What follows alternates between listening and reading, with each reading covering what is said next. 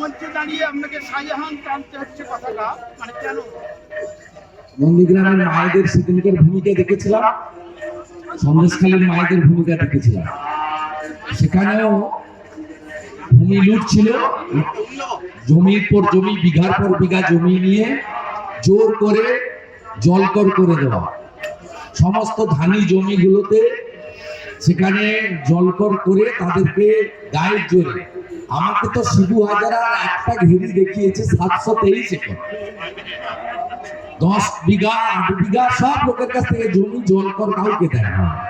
সেখানেও ভূমি লুণ্ঠন ছিল, সেখানেও নারী নির্যাতন ছিল, এখানেও নারী নির্যাতন ছিল। আমি উদাহরণ দিয়ে বলেছি। হৈমবতী হল্লার মা, মা এদিকে আসো তো, তোমার কোথায় গুলি মেরেছিল দেখাও তো।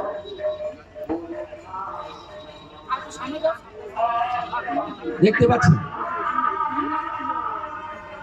এরকম অসংখ্য মার উপর অত্যাচার হয়েছে। ও 14ই মার্চের পরের দিন 15ই মার্চ গারুপল্লী মালপাড়া একটা মহিলা কাউকে বাদ দেয়নি।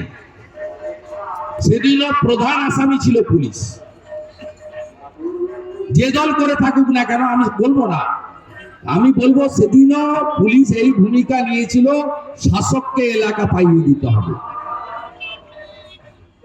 সেদিন ডিজি তারানিয়া, অরুণ গুপ্তা, রমেশ বাবুরা যা ভূমিকা নিয়েছিল, আজকে ঠিক রাজীব কুমাররা, সুপ্রতিম সরকাররা একই ভূমিকায় অবতীর্ণ সন্দেশখালীতে। তাই নন্দীগ্রামের গণ আন্দোলনের সময় আমরা বলতাম 42-এ ব্রিটিশ বিরোধী আন্দোলন। মাতঙ্গিনী হাজরা যেভাবে করেছিলেন, রাস্তা কেটে কাঠের গুড়ি ফেলে, তখন ওই থাম্বা ছিল, সেই থাম্বা ফেলে, ঠিক একইভাবে নন্দীগ্রাম করেছিল 42-এর আন্দোলনের মতো। আবার নন্দীগ্রামে যে আন্দোলন হয়েছিল, মাতৃশক্তি দেবী শক্তি, কাউকে ভয় না করে একদম চোখে চোখ রেখে, সেই একই লড়াই সন্দেশখালীতে টিভিতে আপনারা দেখেছেন, আমি নিজে দেখে এসেছি। মোট 5 বার যাওয়ার চেষ্টা করেছি, 4 বার যেতে পেরেছি। একবার আটকেছে সায়েন্স সিটিতে, কোর্টের অর্ডার নিয়ে নৌকো চেপে আমি ভিতরে ঢুকে মায়েদের পাশে দাঁড়িয়েছি। সব গুন্ডা নিকেশ হবে, কোনো গুন্ডা বাইরে থাকবে না। যেমন নন্দীগ্রামে 11টা গুন্ডা এলাকা ছাড়া, আমি করিনি, কোর্ট করে দিয়েছে, ম্যানেজ করে জামিন করেছিল, কোর্ট সবকে এলাকা ছাড়া করে দিয়েছে। সব দল থাকবে, সব মানুষ থাকবে, সবাই মিলেমিশে থাকবে, যাকে যার ইচ্ছা ভোট দেবে। গায়ের জোরে আমি মস্তান, দাদাগিরি, এই জিনিস আমরা করতে দেব না। গোটা ভারতবর্ষে কোথাও হয় না, শুধু পশ্চিমবঙ্গে হয়। ভোটের সময় খুন, ভোটের পরে খুন, ভোট লুট একমাত্র পশ্চিমবঙ্গে হয়। শ্রীকান্ত ভাই ভালো আছেন? কি খবর? ঠিক আছে তো? হরে কৃষ্ণ। বলছি আজকে এটা লোকসভা নির্বাচনের আগে বলছি, আপনি দেখছেন না আস্তে আস্তে ডাউন হচ্ছে। আমার সঙ্গে কি করেছে এখানে 21 সালে, 22 সালে, 22-এ আমাকে হাইকোর্টের অর্ডার নিয়ে আসতে হয়েছে।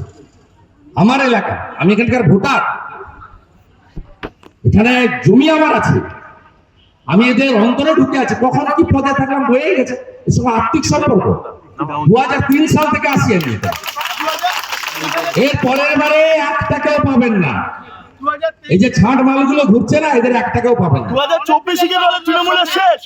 শুভেন্দুদা, অমিত শাহ বলছেন মুখ্যমন্ত্রী সিএ নিয়ে রাজনীতি করছেন, এই রাজনীতি বলছেন এমন কিছু তথ্য দিন যেখানে মানুষের নাগরিকত্ব চলে যাচ্ছে, সেটা লেখা আছে সিএ তে। আরে আমি কালকে রানাঘাটে বলেছি 20,000 লোকের সামনে, একটা লোকের নাগরিকত্ব গেলে আমার এমএলএ সিট থেকে রেজিগনেশনটা নিয়ে যাবেন।